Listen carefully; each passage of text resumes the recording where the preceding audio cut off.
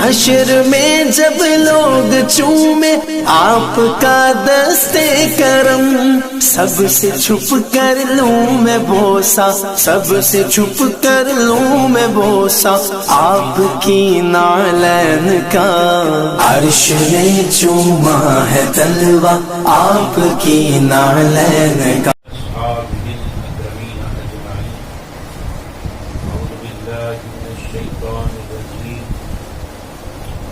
الله الرحمن الرحيم إن الله وملائكته يصلون على النبي يا أيها الذين آمنوا صلوا عليه وسلموا تسليما اللهم صل على سيدنا شفيعنا ومولانا محمد وعلى آل سيدنا شفيعنا ومولانا محمد وبارك وسلم صلاة وسلام عليك يا رسول الله۔ الحمدللہ آج کی اس نورانی مجلس میں آپ ہی کا شرف حاصل ہوا۔ اپنے وقت کے اندر گفتگو سمیٹتے ہوئے انشاءاللہ تعالی جو کچھ آپ تک پہنچانا ہے وہ باتیں پہنچا کر فرصت ہو جاؤں گا۔ ہر دور میں کچھ نہ کچھ مرض ابھر کر آتا ہے روحانی طور پر، اور پھر اللہ رب العزت کی توفیق سے اس مرض کو دور کرنے کے لیے روحانی طبیب بھی نکل پڑتے ہیں تاکہ خلق خدا گمراہیوں سے بچ جائے۔ آج کل کا مرض جو کچھ چل رہا ہے اس کا علاج بھی ضروری ہے، اور یہ محفل اور اس قسم کے محافل اس مرض کے علاج کا بہترین طریقہ ہے۔ دیکھیے، اگر ہم مرض کو پہچانیں گے نہیں اور اس کا علاج کریں گے نہیں تو ہماری نسلیں تباہ ہو جائیں گی۔ یہ غنیمت ہے محافل جن میں اس مرض کا علاج کیا جاتا ہے جس مرض میں مبتلا کرنے کے لیے شیطانی طاقتیں شب و روز لگی ہوئی کہ کسی طرح یہ امت مسلمہ نام کے مسلمان رہ کر کامل طور پر یہودیت اختیار کر لے، تو پھر طبیبوں کا بھی کام ہے ایسے مرض سے لوگوں کو بچائے جس سے ایمان تباہ، آخرت تباہ، سب کچھ تباہ۔ آج ہی میں یوٹیوب پر دیکھ رہا تھا، ایک صاحب عالمانہ لبادہ اڑے ہوئے، دیکھنے میں ایسے معلوم ہوتے ہیں کہ عالم صاحب ہیں۔ اب یہ امت اتنی بھولی بھالی ہے کہ کوئی بھی عالمانہ لباس اوڑھے ہوئے آیا اور جو بھی کہہ دیا اور اس کو دل و جان سے قبول کر لیتے ہیں، کیونکہ بھروسہ کر لیتے ہیں یہ عالم آدمی ہے، یہ غلط تو بول نہیں سکتا، بھروسہ کر لیتے ہیں۔ بھولی بھالی عوام ہے، لیکن اس عوام کو کیا معلوم کہ وہ ایک مسلمان کے بھیس میں یہودیوں کا ایجنٹ بنا ہوا ہے اور یہودیت پھیلا رہا ہے۔ ایک دور تھا، اس وقت بھی مسلمان ایسے ہی شکار ہو گئے تھے اس مرض کا، جو مرض ایک یہودی مسلمان کے لباس میں آ کر پھیلا رہا، اور وہ دور صحابہ کرام کا دور تھا،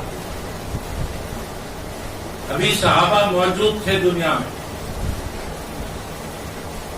ابن سبا نام کا ایک آدمی جو یہودی تھا اور مسلمان عالم کے بھیس میں مسلمانوں میں آ گیا، آ کر مسلمانوں میں تفرقہ ڈالنے لگا۔ لوگ اسے مسلمان عالم دین سمجھ کر اس کی باتوں پر یقین کرنے لگے۔ نتیجہ یہ نکلا کہ مسلمان آپس میں بٹ گئے، سنی شیعہ میں بٹ گئے۔ آج تک وہ جھگڑے چلے آ رہے ہیں، وہ مرض چلا آ رہا ہے۔ تو آج ہم بھی یوٹیوب پر دیکھ رہے تھے، ایک عالم کی صورت میں ایک عالمانہ لباس اوڑھے ہوئے بندہ بیان کر رہا ہے، لوگوں کو چیلنج کر رہا ہے، بول رہا ہے کہ یہ ربیع الاول شریف کا مہینہ آ گیا ہے، اب مسلمان میلاد منا رہے ہیں۔ اب وہ چیلنج کر رہا ہے کہ کیا اللہ نے میلاد منانے کا حکم دیا؟ کیا اللہ کے رسول نے میلاد منانے کا حکم دیا؟ کیا قرآن میں ذکر میلاد ہے؟ کیا حدیث میں ذکر میلاد ہے؟ کیا صحابہ کرام نے یہ میلاد کی محفلیں سجائی؟ اس کے بعد وہ کہتا ہے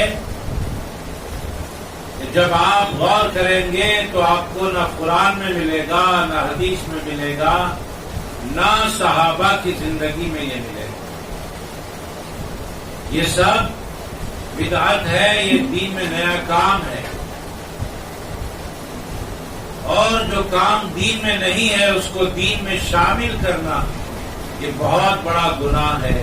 اس قسم کی باتیں وہ کر رہا ہے۔ ظاہر ہے کہ ہر آدمی تو اس کا شکار نہیں ہوگا، مگر کچھ لوگ تو اس کی بات پر یقین کر لیں گے کہ بھئی واقعی یہ بات تو ہے۔ تو ایسی محفلیں جو حضرات ذمہ داری لے کر سجاتے ہیں، ان کا احسان ہے کہ ایسے مرض سے بچانے کے لیے یہ اقدام کرتے ہیں۔ اللہ تبارک و تعالیٰ یہ اقدام کرنے والوں کی صحت و عافیت کے ساتھ عمر دراز فرمائے، کیونکہ کورونا وائرس اگر پھیلتا ہے تو جان جاتی ہے، اور بدعقیدگی کا مرض پھیلتا ہے تو ایمان چلا جاتا ہے۔ اب کسی کی جان جا رہی ہو، ایسے میں کوئی آگے بڑھ کر اس کی اچھی دوائی کرتے ہوئے، اس کی اچھی تشخیص اور دیکھ بھال کرتے ہوئے، اس کے لیے اچھی دوائی تجویز کرتے ہوئے اس کو اس مرض سے بچا لیتا ہے، تو زندگی بھر وہ بندہ اس ڈاکٹر صاحب کا احسان مند رہتا ہے کہ میں تو مر رہا تھا، اگر لوگ مجھے لے جا کر گاندھی ہاسپٹل میں شریک کرتے تو میری لاش بھی نہیں ملتی، لیکن ڈاکٹر صاحب آپ نے مجھے گھر پر رکھ کر میرا علاج کیا اور مجھے خطرے سے باہر کر لیا، زندگی بھر آپ کا احسان نہیں بھولوں گا۔ تو وہاں جان بچائی ایک ڈاکٹر نے، تو وہ احسان کرنے والا ہو گیا اور وہ مریض احسان مند ہو گیا۔ تب یہاں جو کمیٹی کے ذمہ دار حضرات ہیں، روزانہ یہ محفل سجا رہے ہیں اور پکوان ہو رہا ہے، کھلا پلا کر جسمانی غذا کے ساتھ روحانی غذا کا انتظام کیے ہوئے ہیں، اور اس مہلک مرض سے بچا رہے ہیں جو ایمان تباہ کر دیتا ہے، تو اس ڈاکٹر سے بھی بڑے احسان کرنے والے یہ لوگ ہوتے ہیں۔ ان کی احسان مندی ماننی چاہیے۔ ایک جلسہ کرنا اور جلسہ کر کے اتنے مرد و خواتین کو جمع کرنا یہ معمولی بات نہیں ہے. جلسہ سننے آنے والے کبھی ایک جلسہ اپنے طور پر کروا کر دیکھیں تو آپ کو پتا چلے گا کہ کتنے پاپڑ بیلنے پڑتے ہیں.